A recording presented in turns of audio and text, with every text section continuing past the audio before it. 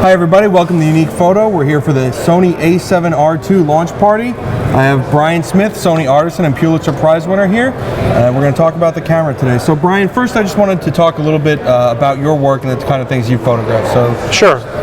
Well, I've shot over the years everything from Olympics, coups in the Caribbean, but I do a lot of celebrity portraits, so a lot of magazine work of people that are in the news, whether they're actors, musicians, CEOs, and so a lot of what we really do is like working under pressure, and so that's why I need cameras that will hold up to those needs. Sure, so a lot of pictures of people. I've visited your website, saw some celebrities, editorial work. Yeah. So you're working with people usually, portraits, right? Yeah, mostly, but I love like whatever you're doing, I think one good piece of advice is to take yourself out of your comfort zone. So one of the things I really started off as a photojournalist covering sports and news and wars and stuff like that, but I'd gotten into doing a lot of highly set up portrait work. So the way that I kind of charge myself up is to go back to my roots and shoot on the fly, do street photography and travel photography, where it's more about capturing the moment than creating an image. And I think whatever your strengths are, going to something that you haven't done in a while makes what you do well even better.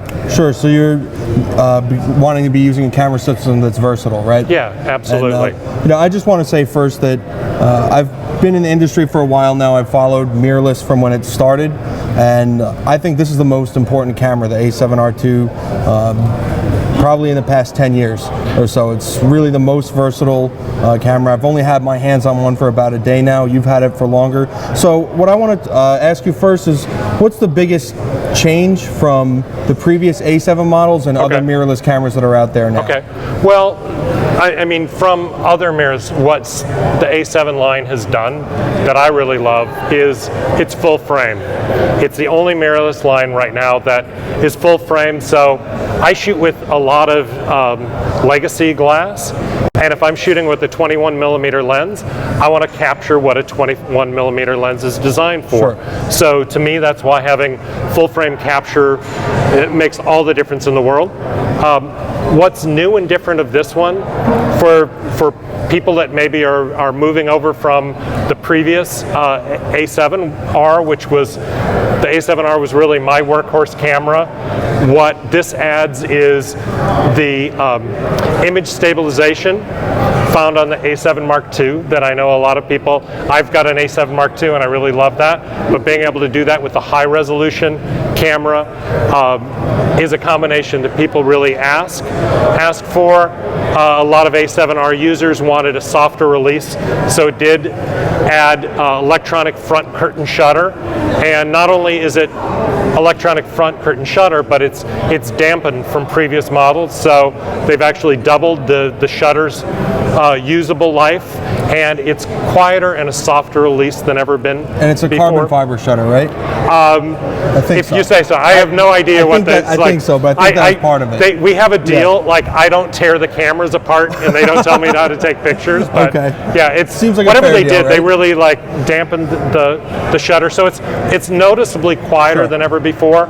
You also have the option from the A7S to go like a full silent shutter, so it goes into basically video scanning mode, and for those times, like if you're shooting golf or tennis, want to be able to shoot a golfer's backswing and be absolutely quiet, silent, you can do that as well. Now you're talking about action a lot too, so one of the changes from the A7R obviously is going to be the autofocus. Talk about the difference from the A7 II to the A7R II in terms of autofocus. Yeah, so what's different from every camera up to this point, this is the first full-frame sensor with on-chip phase detect autofocus that can drive a DSLR lens. Now, Sony's previous have been able to do that with the FE and E lenses because the elements are specially designed. They're small elements, so there's not a lot of heavy glass to move around. This is one of my all-time favorite lenses right here. The A-mount Sony 24-70 2.8 Zeiss lens. Beautiful lens, big, heavy pieces of glass to move. So before you were able to do autofocus with it, but it was slowish to be generous. Yeah. This is really fast. Like I cannot, we're back to using the LAEA3 adapter with this, so it's because kind of come back to life. Yeah, it uses the focus system of the camera, and I've been shooting with this thing, and it's like the results to me are pretty much equal to what my Alpha 99 would do, and I know that's what a lot of A-mount users have been the hold-up. It's like, yes, you can bring your glass over, but you want it to perform as well. They finally solved that puzzle, and I think that's the biggest thing that they really did with this camera. That's a couple the things I've heard from DSLR users right now is lens selection, compatibility, viewfinder. Talk a little bit about autofocus too, we covered that, but the viewfinder too. Talk about how this viewfinder acts compared to an OVF, an optical viewfinder. Well, it's different. So the thing that I will say for anyone who's making that transition is don't pick a camera up and judge it on the spot. I think it's something that you need to shoot with the camera for a weekend. Have it for a couple days, get used to how it functions. I find it very difficult to go back to an optical viewfinder because there's a lot of things you can do with live view that you can't do in an optical. Like you can basically see your exposure in real time, where you're not doing match needle. What you see is what you get when you set setting effect on. Right. So as you're changing exposure in real time in the viewfinder, you're seeing what you're getting. And this could be particularly useful when you're shooting in it like dark, when your eyes can't see. Right. Like in almost total darkness. I've been shooting. I mean, the only reason I'm in a bar is actually to shoot pictures to test the camera, which actually, all the beverages in that case are tax deductible because I'm doing research. Right. But I've been in bars where you can absolutely not see with your eyes, and the camera can bring up detail in that, both to focus, but also like to see what you're doing. So that is a real big plus with it. One of the other great things about it too is you can basically set it if you choose to see review in real time in the viewfinder. So once you've shot, you're not suddenly putting the camera down, going back and forth. I usually have that set for like a max of 1 second, and the second that you touch the shutter release, it goes away. So it's not stuck on there, but if you want to see a quick review of the last shot and you don't want to keep them, there's nothing worse doing a portrait shoot and going like this, than suddenly doing this. It's like, it kind of makes, when you're on the other side of the camera, it makes you seasick. So I think being able to shoot in real time. And you don't look like a professional when you're doing that either. So well, actually, there's a lot of professionals who do that. I'm just saying, being able to see it in real time is great. And then the other thing that's kind of cool is you can set your creative styles and see those in real time. So like if you know in post you're going to create a black and white image, or you're shooting JPEG in black and white mode, you can see in the viewfinder, you can change it to black and white. Like if you want to see the world in black and white, you can see what that looks like, and you can affect the contrast and sharpness of that well. So you can really kind of fine tune, and it helps to pre-visualize the shot. Okay, so one thing I wanted to ask you about too, in terms of low light, there's two different scenarios in low light that people like to shoot in usually. That's long exposures at night, and also event photography for specifically weddings, usually pretty dim conditions. Talk a little bit about using the camera in those kind of like low light settings, first with like maybe the flash system or available flash systems. Okay. So when you're trying to shoot in low light, one of the things to keep in mind is that if you're shooting with a native lens, it's gonna give you that depth of field preview. So if you're shooting at f4, the camera is going to perform, or even at shooting at 2.8, the camera is going to focus much more quickly than if you have it stopped down to f16. Right. So a lot of people aren't aware of that, and they have the camera set for f16 because you want everything sharp, but it's like basically struggling to focus in that light. So a lot of times opening up. The other thing you can do is to shoot, now with this, to shoot non-native glass, like the A-mount glass, because this always focuses wide open. So if you're shooting with a 2.8 lens, it's going to focus at 2.8 even if you're shooting at 11. That's another way to look at it. I tend to shoot more in low light, to capture the ambience, where I might be shooting at 1.8, and to me, then you get, you look for that nice crisp line, like the line of your tie right here or your jacket, and it's going to focus really, really well on something like that. So in terms of long exposure, like night photography, you're going to get a lot of bright highlights and shadows. Talk a little bit about the image quality you get and the workability of the RAW files. Yeah, so one of the great things with pretty much all the Sony sensors today on all the A7 lineup of cameras, including the A7R Mark II, is all of them have 14 stops plus dynamic range. Some are 14.3, 14.4, depending who's doing the testing, but that's about 2 stops more than one of the other camera companies out there. That 2 stops is basically, the last stop of your highlights, the last stop of your shadows. So basically being able to pull detail out of those makes a huge difference. So it particularly like if you're shooting in very contrasty conditions. Dark is not always contrasty, but the times when you've got bright street lights and maybe deep shadows from that, being able to bring back that much more detail. A lot of times I've found that HDR isn't even necessary. You can capture, in all but the most extreme situations, you can capture a phenomenal range just from the raw file. That's really good to know. I've seen some examples of raw files pushed quite a bit from this camera. We talked a little bit about lens compatibility, and you talked about using adapters. One thing, kind of going in the opposite end, back to like using older like Leica glass or Zeiss, like any M mount lens or old FD Canon mount lenses kind of have a system to live on now that's full frame. In the first iteration of the A7 series, there was some issues with like some fringing and with particularly with range, particularly with rangefinder glass, just because it was like you even see those issues with like a digital camera is because it really wasn't designed for a digital sensor. Right. It was designed for film. One of the things this camera has done, and I certainly want to do more tests, but in preliminary looks on it, it looks like it's dramatically improved because of the back illuminated sensor technology. Essentially, like with a normal sensor, you've got the sensor cover here, the photodiodes are way down at the bottom, and in between you've got all this wiring. So there's all this distance to pass. Back illuminated sensor technology basically moves the photodiodes to just under the cover and all the wirings underneath. That's exactly, why someone didn't do that exactly before, the I answer don't know. wanted, too, because I've had a lot of people asking me about, they've noticed it's better, but they wanted to know why, so that was a good explanation. Yeah, it brought it closer. So, and that, you know, I even noticed that with the native glass is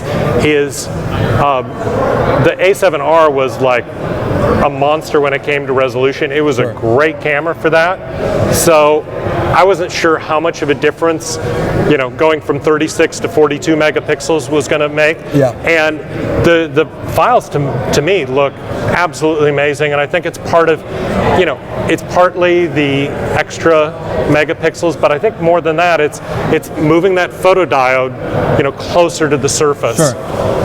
Just like a rangefinder. Yeah, with the exactly. film plane. Okay, that makes sense. Now, Sony has a great lineup of cameras for beginners. The A6000 was a tremendously popular camera for. That's a killer camera for $600 bucks. It's like, so, for someone stepping into this, someone who is an A6000 shooter, how does a beginner step into a camera like this? Is it easy to do, or is this a little bit? I think so. It's like it basically handles the same. You know, a lot of the menu systems are very similar. Sony's never made two menu systems that are identical, but you'll notice seem to be similarities. Now. Even on the RX cameras, it's pretty streamlined. Kind of. There's a lot. I'll say probably the two things I hear is there's too much in the menu, and the second thing is, can you put 10 more things in? Okay, so fair enough. It's like they've actually done a great job of adding at least 10 user requests to the firmware of this camera. So there's a lot more in the menu when it comes to bracketing modes and being able to bracket with self-timer at the same time. So there's a lot of new stuff in the menus that people will like. Any, just a couple of quick questions before I check our chat for questions from the audience. Are there any of the, because I know Sony has the apps built into the camera that you can download, the one with the shutter, right? With any new apps for the A7R II? Yeah, they've actually refined some of the apps, and I think they're available for the other cameras as well. Like with time lapse, one of the things you can do is image shift time lapse, where if you're shooting a time lapse, that sounds really cool. Time lapse, and instead of it just being frozen at like basically here we are, you can set it to move across the frame or up or down in real time as it goes, or even zoom in. So that's, you know, in a way that's a refinement of an existing app, and I believe that's actually available for all the cameras as well. And but one last question before we take from the audience. What's one feature or something maybe buried in the menus of the camera that people might not know about or read on the spec sheet at first that you've really enjoyed using in your shooting? Well, we mentioned the bracketing with self-timer, which I enabled. But the one thing that's kind of buried in there that I mentioned today, we kind of earlier here at Unique, we went over 10 features people may not know where's in there. Right. One of the cool things that I was really delighted to see is you can now set your copyright into your XF data. So there's now a menu setting in it that allows you to set your copyright. So your copyright, notice if you forget when you're sending files out, like I always, you know, do my best to, that's the first thing I add, but like if something gets out and you forgot to do that, you can set the copyright in the camera. You can also set the photographer's name. So if you're an event photographer working with multiple photographers, you could not only set their name, but say they were shooting with 3 bodies, you know, you could set that up for mic 1, mic 2, mic 3. Okay. Let's see if we have any questions here. Oh, I'm sure we will. All right, just going to refresh. If you want. What's that? You can just pull it off that thing if you want. Oh, I mean, sorry, I'm just refreshing the page. Oh, okay. He's young, so his eyes are much better than mine. So. All right, so let's start first. We have Someone is asking, I've read that the A7R II in manual focusing with the EVF is worse than the A7R. Can you confirm that or talk about that? I haven't heard that myself. I've seen absolutely no difference between them. In fact, I actually think that I mean, this is a crystal clear. If anything, if anything, the one of the improvements that happened with this is a hardware improvement. They've added an extra element to the EVF. So it's now a 4-element EVF. It's T-star coated, so the same type of Zeiss lens coating that makes the lenses great. They've added that to the EVF, and it's now like a wider field. So one of the biggest difference that I've noticed is it's sharper edge to edge, particularly for eyeglass users like I am. I actually find that it focuses at least as well, if not better, with manual focus than the previous cameras.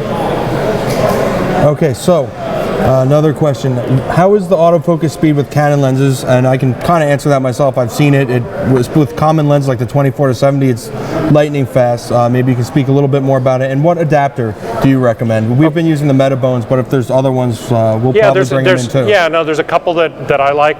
I would say that's a really complex question because it varies lens to lens. Sure. You know, particularly, Canon lenses post 2006 lens design tend to do better than pre-2006, and also Canon lenses that actually say Canon brand as opposed to Sigma or Tokina tend to work better as well. Gotcha.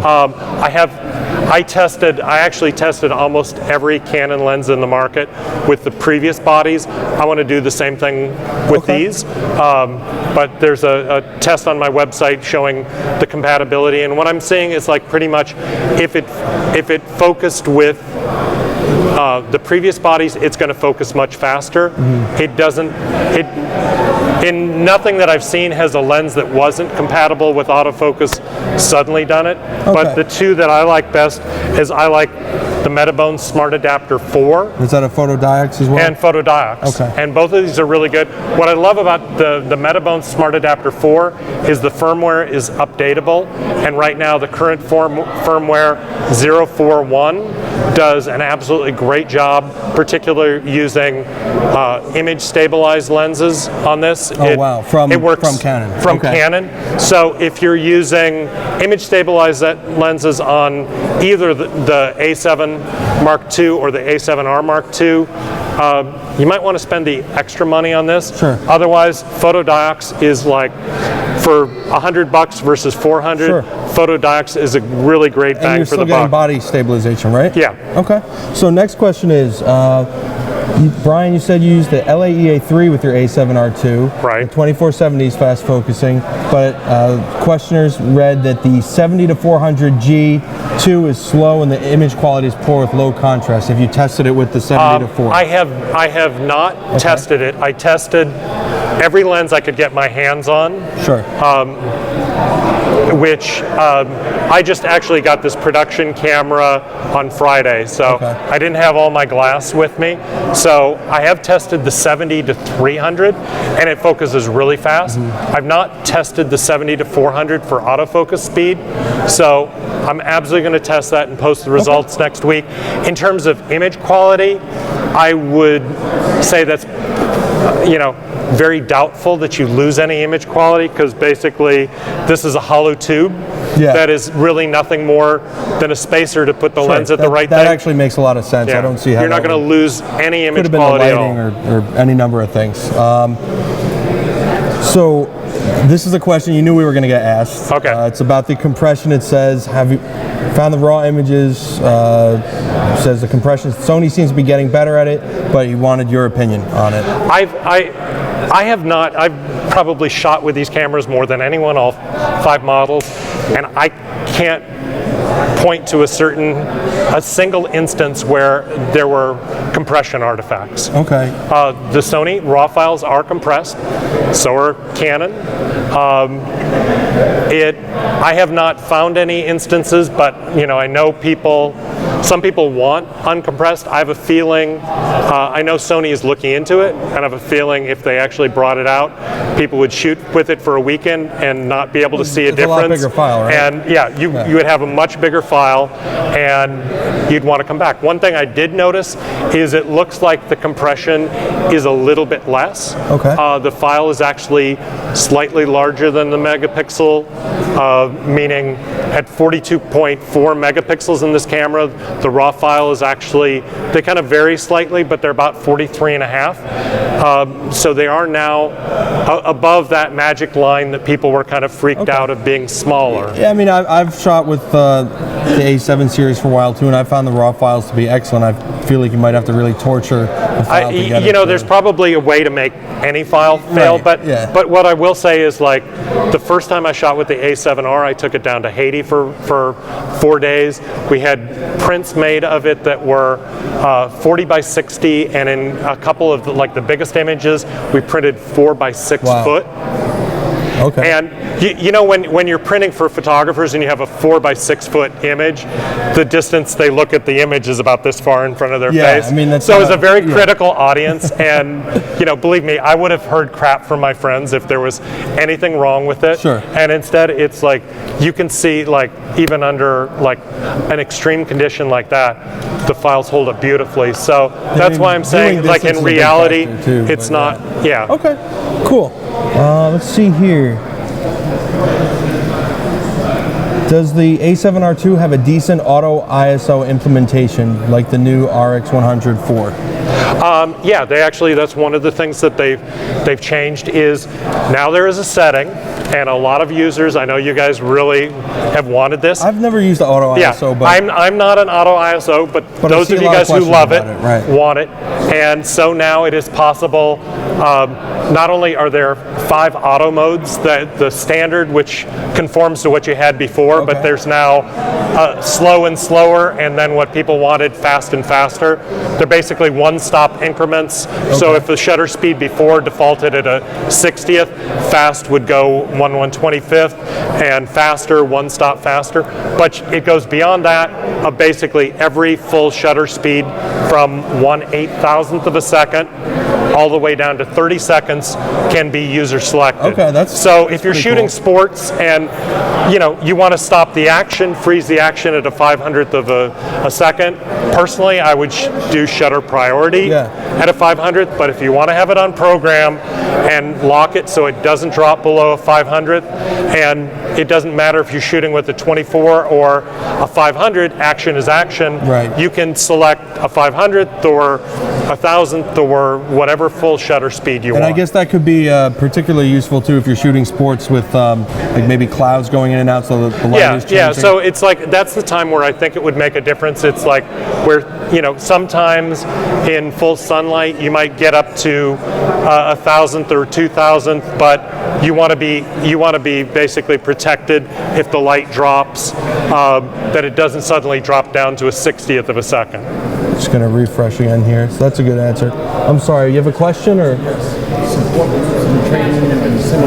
We are 100% live here, folks. We're taking questions from all over the place. I'm not sure what you mean, but go ahead. Support groups and training, and about Sony cameras and seminars and. Well, somewhere going on in the background. This is the launch of Sony Alpha Universe, and it's actually a new website which I haven't had a chance to check out. But on the new website, there will be lots of information. Both about like the products, but also training that you can get, workshops that the artisans are putting on, as well as like information about the various artisans as well. What I've heard too, Sony is going to have a pro support network. We do have a pro, so there's pro service available right now. On the website, it explains what it takes to qualify for the service, and I can tell you it's really great. I know the guys who work there, and it's like the times I get stumped by a question, they're my go-to guys. That's awesome. That's great. I shoot weddings, and I know a lot of guys that are using DSLRs right now, and that's one thing that they've wanted to know about. So that's good information. And it's been in the works for a long time. They've wanted to add this, and it's great to have it implemented. It's $100 a year, and not only do you get expedited repairs if you need, but an opportunity to sort of test drive a lens. Wow, that's like really if cool. if you want to see how this particular 24-70 2.8 would work in your wedding work, you can borrow the lens once and test it out, because I think the great thing, it's like once you get it in your hands, you'll see what it can really do. That's great. So let's see. I think there was a little bit of a misunderstanding with the using older like manual lenses on it. Okay. No, they will not focus automatically. Yeah, it's not. This is. And then we have another compression. The Sony info on the A7R II shooting in single shot as a 14-bit RAW would change the continuous. Continuous, changes to 12. yeah. Okay. So basically, the idea is to be able to move these big 42 megapixel images off. Right. You can do one of two things. You can either slow down the continuous mode, or you can drop the bit depth from 14 to 12. So if 14-bit is really important to you, you want to do single shot mode. Right. If being able to shoot at 5 frames a second is more important than shooting continuous. I mean, a lot of people have really looked at the files side by side. Unless you're really banging them around, even the 12-bit captures look amazing. That's yeah. I mean, that kind of speaks, in my opinion, to the versatility of the camera. It can cover any number of depending. You kind of, I mean, it's a compromise on those things. It's like, do you want the frame rate to drop down to 3 frames a second or 1 to be able to do 14-bit? To me, I can shoot faster than 1 frame a second on AFS mode by hitting the shutter repeatedly. So this is a popular one I get too. I want to know, is the battery life improved from previous battery models? life, it's like, this is a small camera. What happens with that is, like, to get a battery in a small camera, it's relatively small. Sure. I know some people have said make a bigger battery, but then suddenly the body gets bigger, and it's also not compatible. I think, to me, having the idea of one battery that fits in basically all of the E-mount cameras, going all the way back to the original and NEX5. I've got batteries that go back to the original NEX5 that are still holding up, so I tend to take a number with me. Yeah, there was also a question in there about why Sony's not supporting the XQD cards, but I guess that's also a size issue too. Using it's a QXD or a bigger card than SD would make the camera bigger as well. Right. I mean, and the idea here is, like, everyone wants to come to this to shed the size of your big DSLR. Yeah. And then you start to go, why can't you make it exactly like my DSLR? Right. I know they're looking at a lot of things. Sony does a lot of stuff that actually I never expect them to do. Agreed. Until it comes out, but I would not rule out the possibility that we might see bigger bodies in the future, but that's what it's going to take for bigger card slots. Yeah, I mean, personally, to me, like it's a good size. But one question I missed, has been asked twice now: is the shutter lag shooting in silent mode the better or the same as the A7S, or I guess just the shutter lag of the viewfinder in general too versus an A7S or I think shutter lag, he's probably talking in terms of like the responsiveness of touching this and setting it. It is a slightly different mode shooting with the silent shutter. You're basically doing video scanning down the shutter. So one thing that has changed with this camera from I know the specs versus the A7R. I'm not sure what the A7S does, but I know that the readout is 3.5 times faster than the original A7R, which means that scanning down is much quicker, and so the responsiveness is faster as well. It's just more instantaneous. Okay, good answer on that too. Let's see another one here. Has the max sync speed been increased on the camera at all? Well, it has from the A7R. So the A7R, because it didn't have electronic front curtain, it had a physical shutter, was the only option.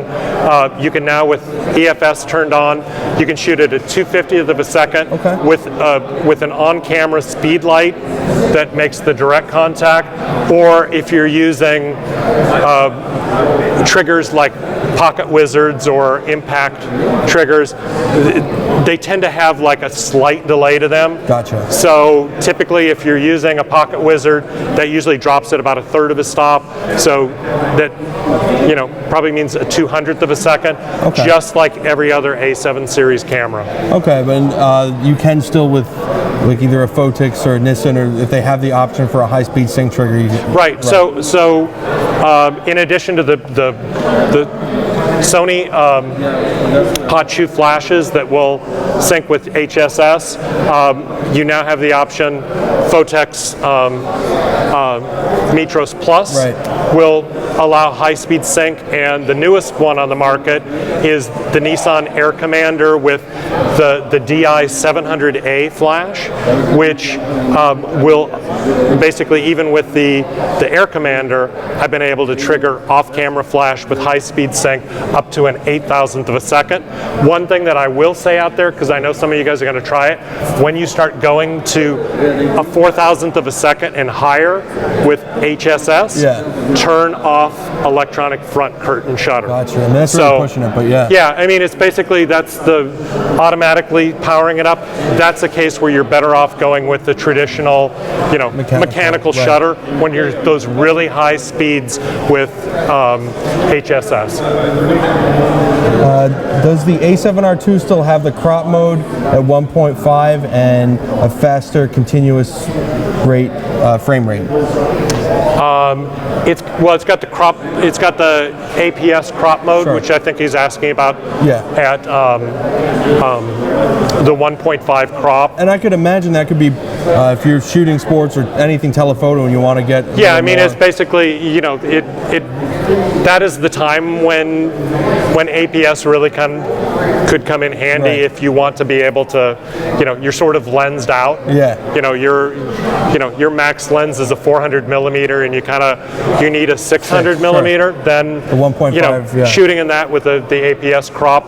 And the cool thing about that is the focus points actually go beyond the area of APS. So when you're in APS with the A7R Mark II, it's like phase detect beyond the entire screen. Like it actually is detecting things that are slightly out of frame as they come into the viewfinder. So okay, let's see if there's anything else. We've been on for a little bit now. I want to thank everybody who's tuning in. So but this is kind of cool to do a live event. This is the most questions we've taken during a live event. Okay. Talk about a little bit about the pre-autofocus. I saw that in the pre-AF. Yeah. So pre-autofocus is basically obviously whenever you start to touch the release, it's going to focus. When you're on pre-AF, if you're in continuous mode, the camera is sort of trying to anticipate that you're going to want it to focus.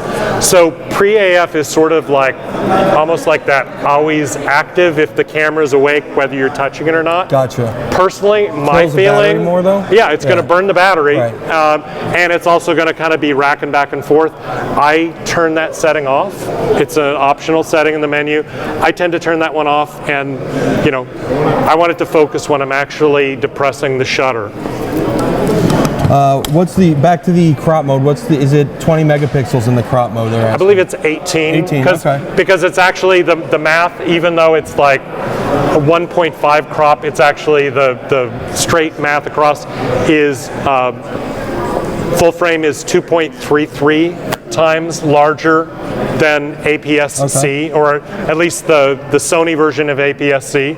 Some others are even smaller than that. So it's like, I believe it drops down to 18 megapixels maybe and change. Okay. So, in terms of photography, how would you say that the A7R II has impacted your workflow in shooting, and how do you think it will impact, for the professional market overall? Because one thing with mirrorless is that it's kind of just had, a hard time really breaking into that, especially for stills. There's a lot of mirrorless cameras being used for video, but how do you see this changing? Well, I'll tell you what, the number of my friends who, when the A7R came out, who were kind of dubious and going, well, I want to see how it really does. The number of emails that you guys have sent me trying to get moved up on the list to get one of these things. That's why I told you to come here to Unique Photo, where the one place in the country that actually have them in stock. If you're looking for this camera, everybody else has a waiting list, but everybody wants to get their hands on this camera. And I think one of the things that was done with this is every Sony A7 series camera up till now was really developed with one strength in mind. Sure. So the A7R was resolution, S for sensitivity, the A7 Mark II for image stabilization, and now you've got a body that really brings everything together. Like, unless you're looking for the absolutely stratospheric ISOs of the A7S, 400,000 ISO. If you can make do with a mere 100,000 ISO, just 100,000, right? This camera really brings everything together. And for me, it's like I really have to kind of push a situation where I need even 12,000 ISO. So it's like it's really got all the needs that I want. It's got the high resolution, high frame rate, and image stabilization. A little bit of a video question. So one of the things on the A7S was really popular was the picture profiles, so you could use S-Log 2. Sure. Besides S-Log 2, are there any other picture profiles you would recommend for video? Ones for outdoors or indoors, anything like that? There's eight picture profiles on it. It's actually on all three of the cameras, starting with the A7S. So the A7S, A7 Mark II, and now the A7R Mark II have picture profiles. I would say for that type of expertise, like, go to somebody who's really a professional video photographer. It's like, I play around with this stuff, but I would rather take advice, from somebody who does it for a living. Well. But yeah, there are 8 picture profiles, and then there are a ton of settings within each of them to fine-tune them to just the way you want. That's really important for people that are and then you can actually save that as a preset. So it's like, this could be your particular preset. Right. For someone that's switching over to the system, we've talked a lot about adapters, but somebody that doesn't want to use adapters, what are your top 3 or 4 lenses that you would recommend for Sony full frame? Okay, so there's a lot of really great native glass, and I think that's one of the things too, where it's like, it's cool if you've got some favorite lenses that you want to bring over. Particularly, I'm always asked about lenses that you can't even fit on and find a body for anymore. Right. But like Canon don't overlook these lenses as well. Narrowing it down to 3, because there's a lot that are really good. The 55-1.8, when it first came out, was like immediately like not only one of my favorite lenses for this body, but like one of my 5 favorite lenses.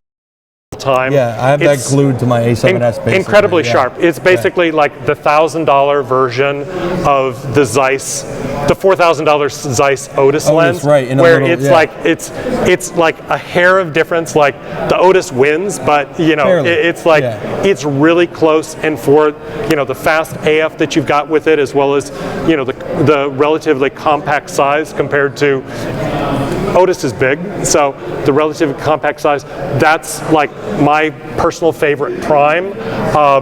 The 16-35 f4 OSS lens is probably the sharpest lens in that, and it's quite in that range. For that range. It's very compact most for that range. Most lenses are usually pretty big. That one's nice and compact. Yeah, very, very nice. Light OSS works great in that one as well. Outstanding image quality, so that kind of covers the wide. And then, for the telephoto range, the 70 to 200 G OSS lens. Again, it's an f4. Works really, really beautifully with the camera. If I was picking sort of like the range to do stuff, it depends on somebody's particular needs. Sure. But those would be sort of my 3 go-to. Okay. How do you feel about the 28? That's a personal question. The 20. That's the interesting thing with the 28. They definitely got a lot of feedback that like people love the $1,000 Zeiss glass for what it can do, but what can you do to optimize something in a lower price point? And so, here's an experiment of, Sony brought out an extremely sharp lens, 28 f2. It's not a Zeiss lens, but it's extremely sharp. And at a price point of $500 for users who are not looking to jump up there, I would say it's a much better solution than jumping to a legacy lens that's not going to provide the same autofocus. It's nice, compact. What I was getting at. It's kind of right in between the size of the 35 2.8 and the 55. So it's a nice size, and I have a feeling I truly do not know what's coming, but I know a lot of people are looking for like a more moderate There'll price probably be more Sony range. G lenses, right? Yeah, I would. I mean, definitely one thing that's Sony is doing is they're going full in, not only in terms of have they released 5 cameras in 18 months, but the lens lineup is starting to get really, really good, and they've got some of the best engineers coming over. So I think we'll see a lot of new lenses this year. One last, I'm going to take a couple last questions and then cut it off here because we've been on for a while. What's the real story about focus peaking? Do you ever use it in manual focus, and is it reliable when shooting wide open with bright primes like 1.4s? Yeah, that's when it works best. Okay. So like the time focus peaking like really rocks is, with a legacy lens like I still have one of the original Canon 85 1.2. The FD or the? Yeah, the EF 85 1.2 lenses, Model 1, version which, because it's like one of those pre-2006 lenses, even with either of these adapters, it's manual focus only. Right. The version 2 will give you autofocus, but it's manual focus only. But I find it's like so much sharper that way because I'm not necessarily like focusing on the area of your eye. I can actually, with focus peaking, right. I can see the focus moving in and out on your eyelashes when I'm really tight. There's a couple keys people don't know. Sometimes they set it too sensitively. Like I usually go mid or low in terms of the strength on sensitivity. Never go to high. Yeah, like mid or low. Everything looks like it's one of the other things too, it's like it's going to work better with a shallow depth of field lens like an 85 1.2 than it would with a 21 millimeter lens that's stopped all the way down to 16, where you've got a ton of depth of field, where it's sort of like everything is highlighted. You want the minimal amount of highlight. And the last trick I'll say on that is, we were talking earlier on creative styles. If you want focus peaking to really rock and you're shooting raw, it's like set your creative style for black and white and set focus peaking for red, where you have red highlights against a black and white image. Contrast. You're still going to capture a full raw, but you're going to see what you're doing. So, that, and then the other thing too, program one of your custom buttons. Sure. Like I usually use the custom 1 button program to focus magnification.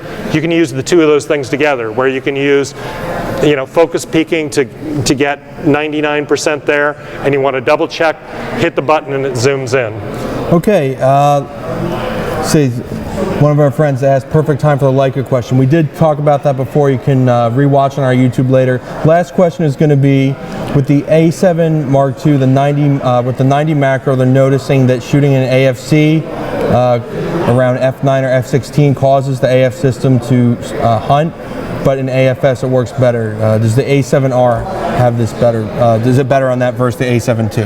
It's kind of a very specific. Well, yeah, I mean, it's actually, that's one of the great things when you do these. It's like, people say, they bring up these things that I hadn't tested the two side by side. I will say, like in general with the macro lens, one of the things that happens, because it racks so much farther from near to far, it's like, if I'm shooting a head and shoulder shot of you and I don't need to come in super tight, I'm gonna use the focus limiter, where I basically focus, this far out. So Right. it lets you focus really, really close, That's good or advice. moderately close to far, or the full range. I think that'll be true of any macro lens. It's absolutely true with that, anything, and that's one of the reasons most of them have that switch, particularly like the 90 and 100 macros, to be able to limit that, and it's just less range to go through.